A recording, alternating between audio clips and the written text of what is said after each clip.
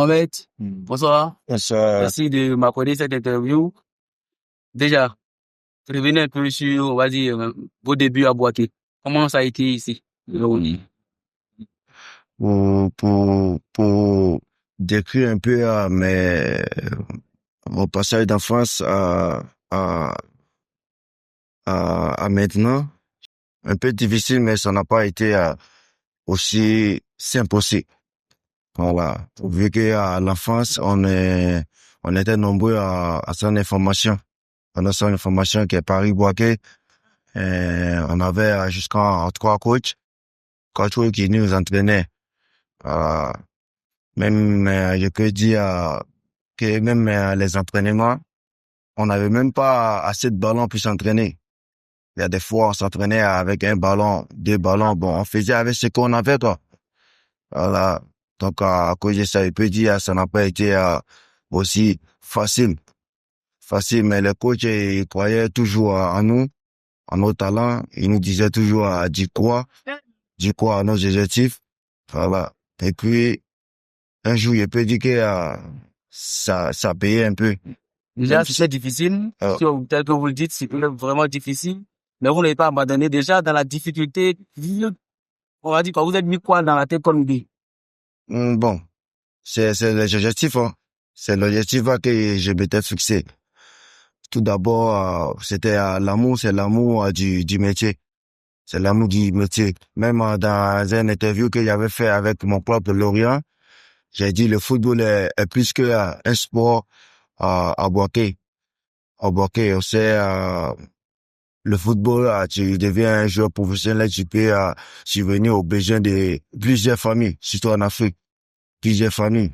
Donc pour ça, je me suis dit, je devais tout faire pour arriver un jour pour pouvoir aider à des familles à au moins trouver quelque chose pour manger. De Bouaké à France, comment ça s'est passé? Bon, c'est tout d'abord, c'était ça a toujours commencé dans les centres d'information à Paris-Bouaké et après je suis allé à BFC. Je suis allé à BFC Bouaké Football Club qui est le club à mon nom que je peux dire Diabaté Issa. Je pense que j'ai fait 3 ans là-bas et puis j'ai eu mon passage en Israël.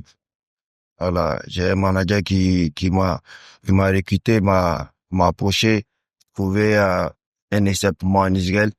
Je suis passé, grâce à Dieu, ça a marché et je suis resté là-bas aussi 3 ans.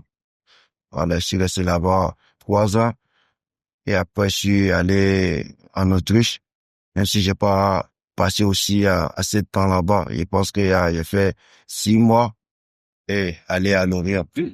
D'accord. Aujourd'hui, à Lorient, ça se passe comment?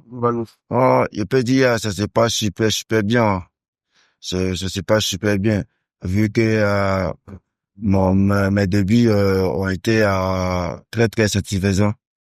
Voilà, quand je suis arrivé j'arrivais à marquer des buts enchaînés, même des buts, voilà, qui m'ont permis d'être sélectionné après en équipe nationale.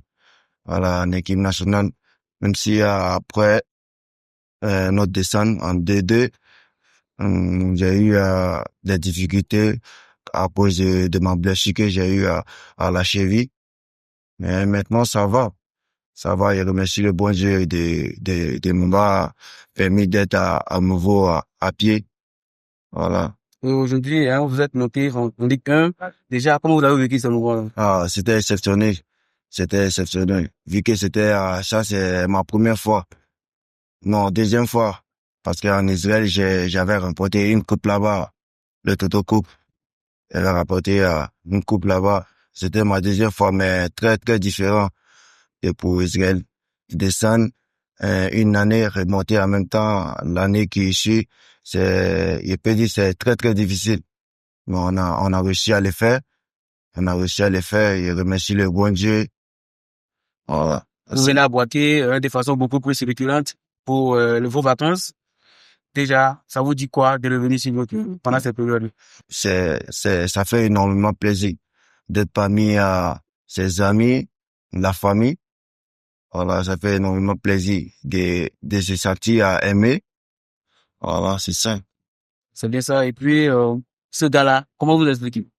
Le gars là, bon, je peux dire, ça fait la deuxième fois. On a prévu de le faire à chaque année. Voilà, maintenant, ça fait la deuxième fois qu'on organise. Et ça marche bien. On essaie de rassembler à tous les amis, de bloquer à de seules informations pour se partager ces moments exceptionnels. C'est vraiment exceptionnel, bien sûr. Vous vous exprimez très bien, ce qui est un peu rare pour les footballeurs locaux. École football, quel est le conseil que vous pouvez donner à vos jeunes frères? Moi, je pense que l'école, ça peut pas empêcher de jouer au football.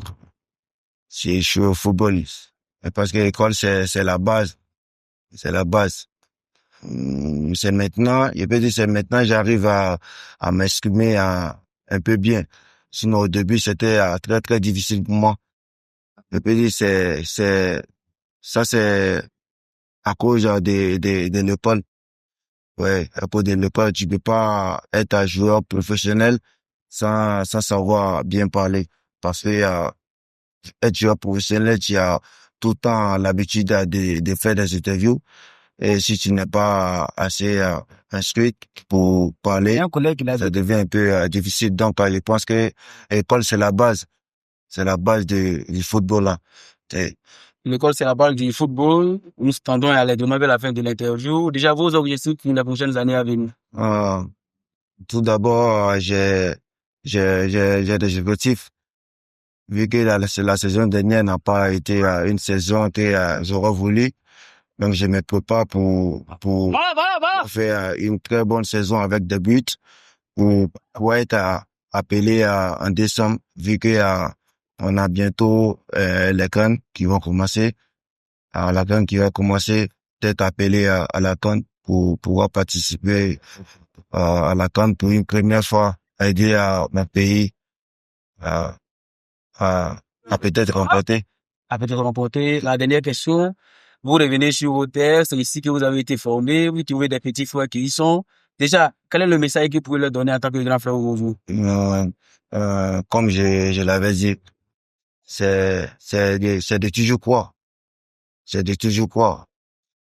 Je peux prendre un exemple quand on était enfant.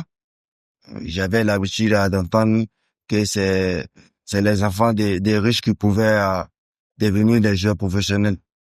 Et je peux dire ce qui nous est arrivé à notre place aujourd'hui. Beaucoup des enfants, beaucoup des frères croient maintenant que c'était pas le cas. C'est pas le cas d'avoir des parents riches pour pouvoir devenir un joueur professionnel. Même en étant dans ce statut, je peux réussir dans le football. Donc, le conseil que je peux donner, c'est de croire et puis travailler. Bon, merci beaucoup. Merci. Merci beaucoup à vous. Merci.